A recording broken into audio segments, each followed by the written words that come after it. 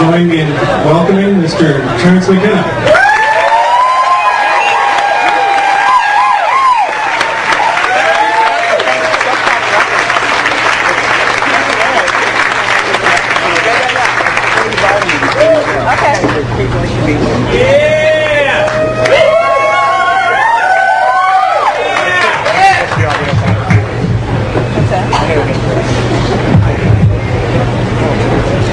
How's that?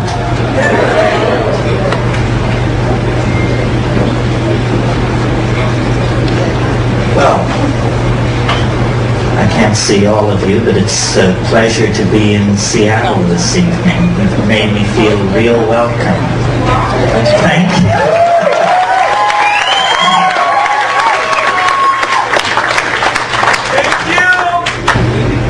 Our discussion this evening is psychedelics in the age of intelligent machines, or shamans among the machines.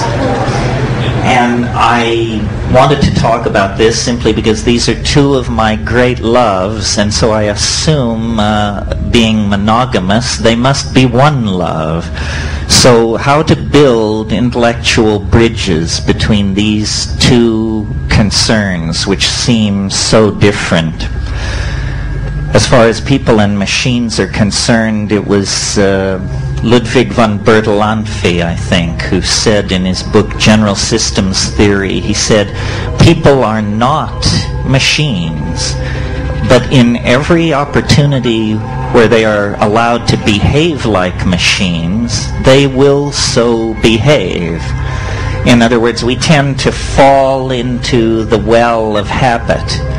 Though the glory of our humanness is our spontaneous creativity, we too, as creatures of physics and chemistry, of memory and hope, tend to fall into repetitious patterns. And these repetitious patterns are the death of creativity. They diminish our humanness. They diminish our individuality, make each of us somehow like cogs in some larger system. And we associate this cog-like membership in larger soulless systems with the machines that we inherit from the age of the internal combustion engine, the age of the jet engine. You know, Marshall McLuhan said we navigate our way into the future like someone driving who uses only the rear view mirror to tell them where they're going. It's not a very successful strategy for navigating into the future. So I made a number of notes on this matter of psychedelics and machines. To me, the connecting bridge, well, there are many, but the most obvious one is consciousness expansion. After all, psychedelics, before they were called entheogens, before they were called hallucinogens, before they were called psychedelics, they were simply called consciousness expanding drugs. Good phenomenological description of what they do. And certainly the technology of cybernetics is a consciousness expanding technology. It expands a different area of consciousness. The minds of machines and the minds of human beings are very different, so different that each party questions whether the other even has a mind. But in fact, what these are species of minds operating in very different domains. For instance, you can ask a 5-year-old child to go into the bedroom, to the third drawer of the dresser, to select a pair of black socks and to bring them to mother. This is not a challenge for a 5-year-old child. To get a machine to do this is $100 million and a research team of 40 or 50 technicians, code writers, working months. On the other hand, if you ask a person for the cube root of 750,344, much head-scratching results. A computer is utterly undaunted by that question. So computers are minds that work in the realm of computation, and human minds are minds that work in the realm of generalization, spatial coordination, understanding of natural language, so forth and so on. Are these kinds of minds so different from each other, pilgrims, that there is no bridge to be crossed?